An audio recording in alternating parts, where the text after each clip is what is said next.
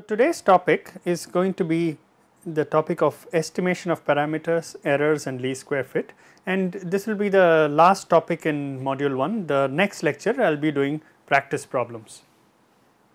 So, what do we mean by estimation of parameters? I mean this is a very general terminology that is used in a lot of different contexts. Now, in fact, what I have said is that when we calculate things like average and standard deviation of a certain set of data, then this is something that we are implicitly doing. We are estimating the parameters of the overall distribution, assuming some form of distribution. For example, you might be assuming a Gaussian distribution. So, the Gaussian so if you assume that your data is distributed as a Gaussian, then the Gaussian distribution has the parameters. This is the average and this is the standard deviation. So,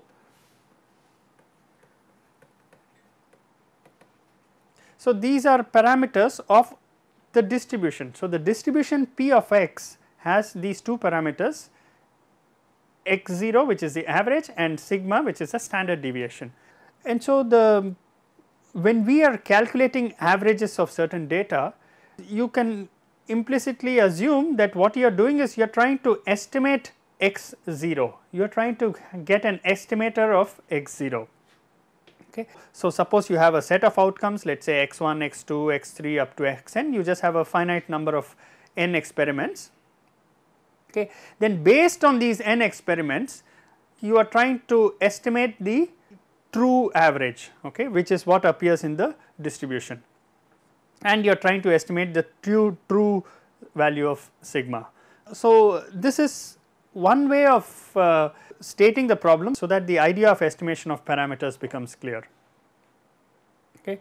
So, it turns out that the usual procedure of estimating, okay, turns out to be the best estimate. So, here I have put x0 hat to distinguish from x0. Okay, just to remind you, x0 is something that appears in the actual distribution. So, x0 and sigma are the ones that appear in the actual distribution, and what we are trying to say is we are taking a finite number of points and we are trying to estimate x0 and we are trying to estimate sigma based on these finite number of points.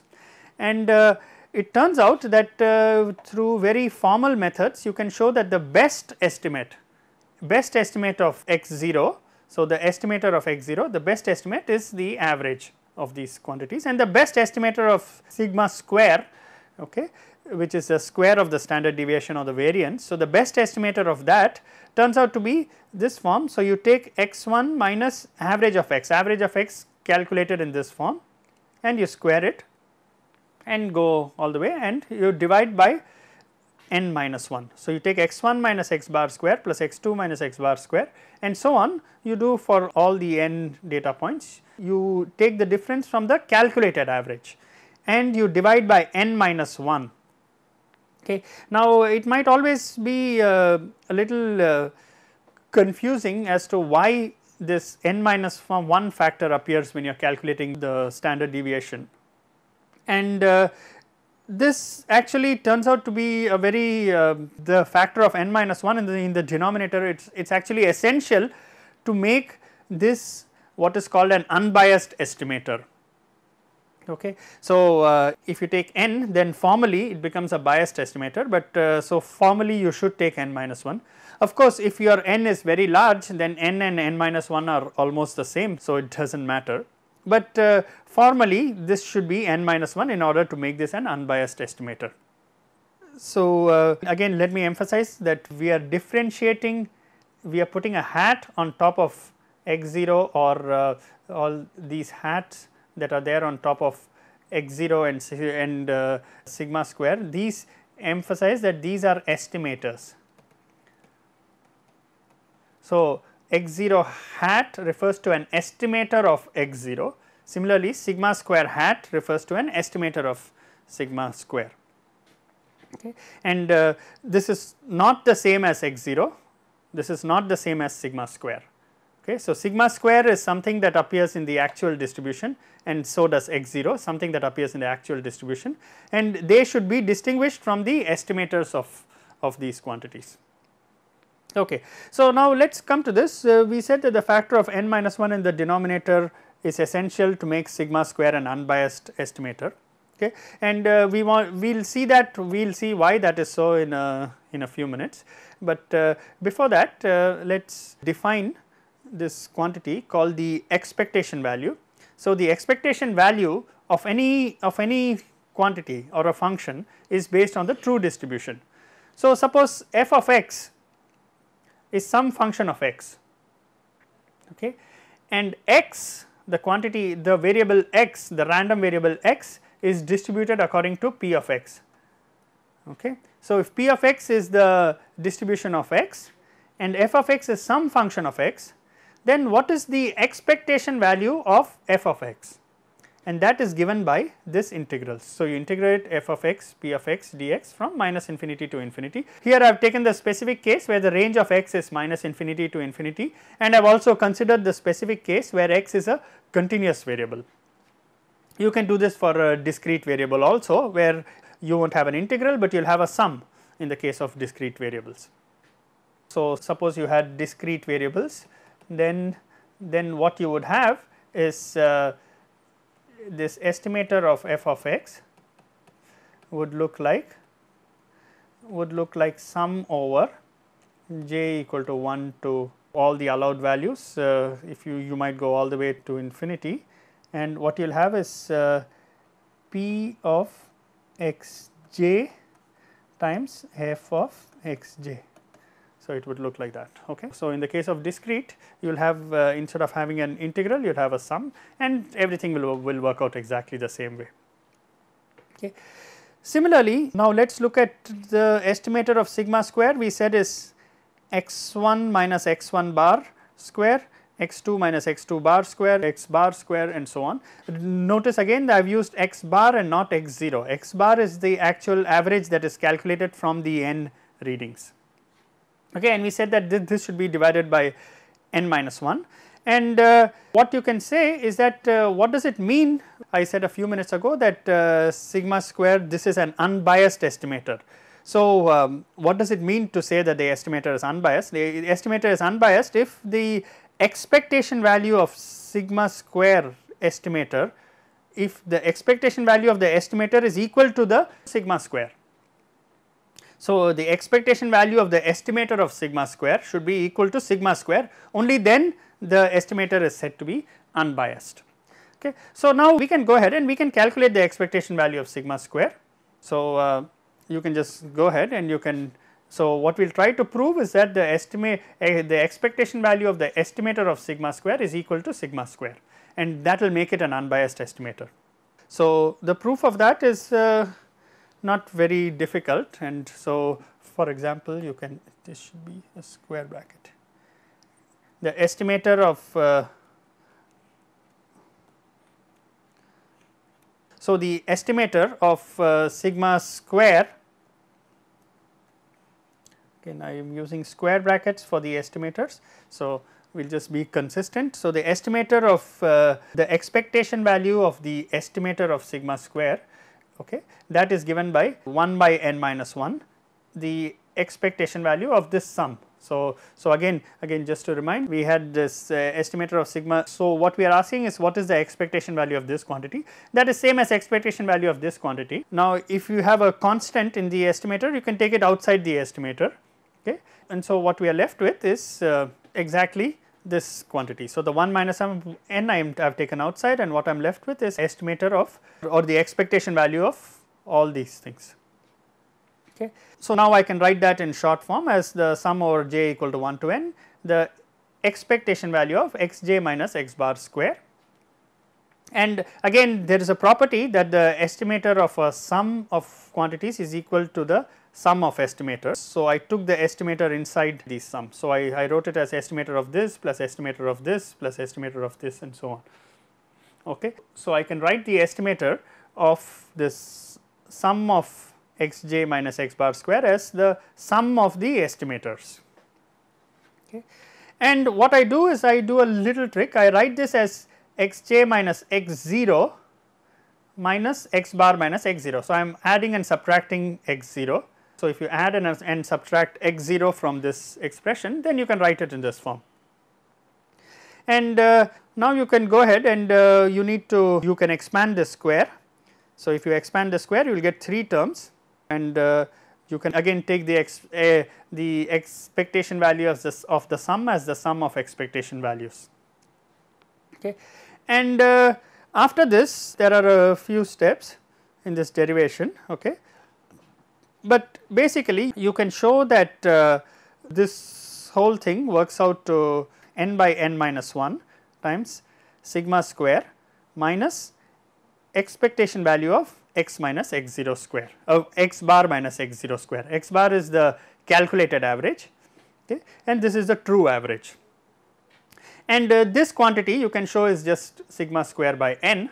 Okay, so what you get is n over n minus 1 times sigma square minus sigma square by n, which comes out to be equal to sigma square. So actually this factor of n minus 1 is very important to make sure that expectation value of sigma square is equal to expectation value of the estimator of sigma square is equal to sigma square.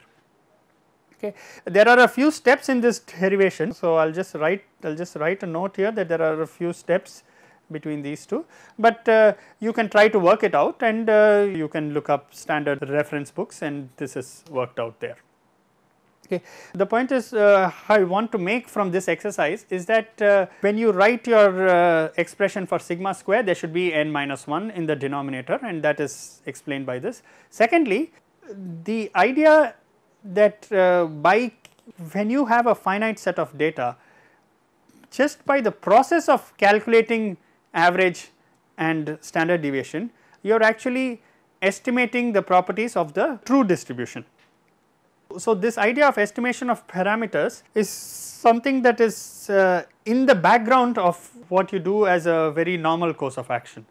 Okay. Now, the next example where you are actually estimating parameters, and again this is something that is done as a very routine course of action. This is linear regression. Okay. And you often do this in your, especially during a laboratory experiment. So, what you might have is you might have a given set of values, you might have a set of values of some variable which we call the independent variable, which is x1, x2 up to xn, and then you have values of some dependent variable which we call y1, y2 up to yn. So, you have a table of data of x and y, and you want to know what is the best fit of a function of a given form. Okay. So, suppose you have a data, you want to fit a straight line through it. That is a good example, that is a very common example. So, suppose your functional form is y equal to ax plus b. So, what is the best straight line fit through that data? So, then you want to ask what is the optimum value of a and b to fit this data. So, this a and b are parameters of the straight line. So, what is the best value of a and b that fits a certain data? And this is something all of you are used to doing. In fact, you are used to drawing graphs. For example, you might have done something like this, where you have various data that you plot. So, this is x and y you plot, and then you sort of draw a straight line through that data. And so, the question is, how do you choose how to draw the straight line? Should you draw it this way, or should you draw it this way, or should you draw it some other way? How do you decide? So, the best choice of the straight line fit through that data is what this question asks. Okay. But what is important to say here is that if you are just given data, then you can fit it to a straight line, you can fit it to some parabola, you can fit it to an exponential, you can fit it to various functional forms.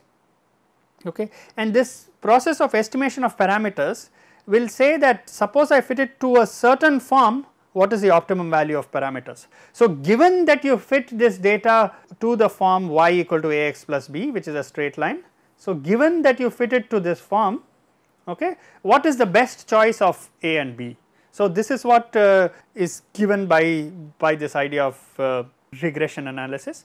Okay. And as I said, ax plus b is just one functional form. I can take many different functional forms and I can fit the same data to that. The procedure will remain the same. I will just illustrate this procedure by taking this particular example. So, how do you implement this procedure? So, according to this procedure, what you are supposed to do is to you choose values of A and B. So, you choose your A and B such that they minimize some error estimator. Okay. And I will not go into the details, but the error estimator that is minimized is given by delta square, which is a square error. So, what you do is you take yj, that is y at a certain data point, and you subtract it from A times xj. Xj is the value of x at that point plus b, okay, and you square this. Okay. So, if all the points were exactly on the straight line, then this would be exactly 0. Okay. But if the points are not on the straight line, then each of these would be non-zero. You square it, so you get a positive quantity. So, you sum all these, you will get some positive quantity, and what you try to do is you try to minimize this square error. Okay. That is the procedure. Now, what can you vary to minimize? You minimize it with respect to A and B. So, you choose your value of A and B, so that delta square is actually minimized. Okay. So, that is the formal solution, and as I said, you can do this. I am illustrating this for a linear fit where y is where I am fitting the data to a straight line. I could also do this for some other functional form, and whatever the parameters of that function are, that is what will enter into this. So, if you want to minimize this quantity with respect to A and B, then you should have that first derivative with respect to A and first derivative with respect to B, both should be 0. Okay. And you can calculate the first derivatives by expanding these quantities and so on. I will not go into the details, but what these two will give you is these will give you two equations. So, this will give you one equation, this will give you another equation. So, each of these derivative conditions will give you an equation. So, the first equation I am writing in this form, I just rearrange terms, and I can write this as A times the sum over j equal to 1 of xj square. So, you sum the squares of all the values of x, and then you have a minus b times sum over j equal to 1 to n of xj, okay, and this should be equal to sum over j equal to 1 to n of yj xj. Similarly, if you take a times sum over j equal to 1 to n of xj minus b times n, okay, then you should get sum over j equal to 1 to n of yj. So, it turns out you can work this out. I mean, based on these conditions, you can easily work out both of these, and I encourage all of you to work these steps. Okay. So, work this out. So, what you get from this is that you get two equations, okay, and you know all the xj's, you know all the yj's. So, you know all these sums are known, and so you just have two simultaneous equations for A and B, and you can work out the values of A and B. So, you can solve these and you can get the values of A and B, and this, once you know the values of A and B, you know how to draw your line. Okay. So, this is a process of linear regression, and as I stated, okay, I can take other functional forms. For example, I can take another functional form, for example, y equal to e to the ax. I can take a functional form like this, and if I want, I can put a b e to the ax. So, I can do the same thing. I just replace, instead of axj plus b, I will have b e to the axj, and I can just go through the same exercise and I can get. Okay. So, you can apply this procedure to any function, and you need not have only two functions, you can have three functions. For example, you can have y equal to ax square plus bx plus c. So, now you have three parameters. Okay, and you can find the best estimator of a, b and c, okay, for this given this data. Okay.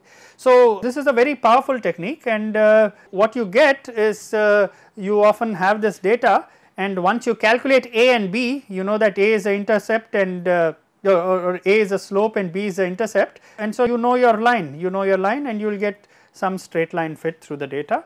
Okay. You can also fit the data, you can take the same data and fit it to other functions. For example, I could fit this to a parabola and I might get something like this. So, what the estimation of parameters or linear regression will tell you is what is the best choice of parameters for a given functional form. So, suppose you want to fit it to ax plus b, then what is the best choice of a and b? Suppose you want to fit it to a parabola, what is the best choice of the parameters of the parabola?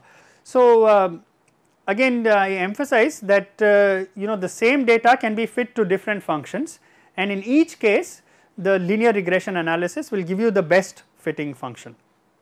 Okay. So, I will end this module here. So, in these 4 lectures we have covered, we have looked at several different topics, starting from errors, sources of error, precision, measurement, accuracy, significant figures.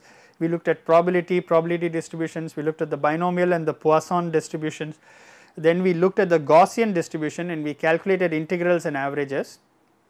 And then we saw the procedure of estimator of parameters, where we talked about errors and we talked about the least square fit method. So I hope through all these steps, I mean, there is an underlying theme that is there in all these, is that you imagine that your experimental results or your data is some sort of random variable that is distributed according to some distribution. And once you have that underlying picture, then all these procedures are they follow very naturally. Okay. So, in the next lecture what I am going to do is I am going to do a few practice problems on these topics. Okay. So, that will be for the next lecture. Thank you.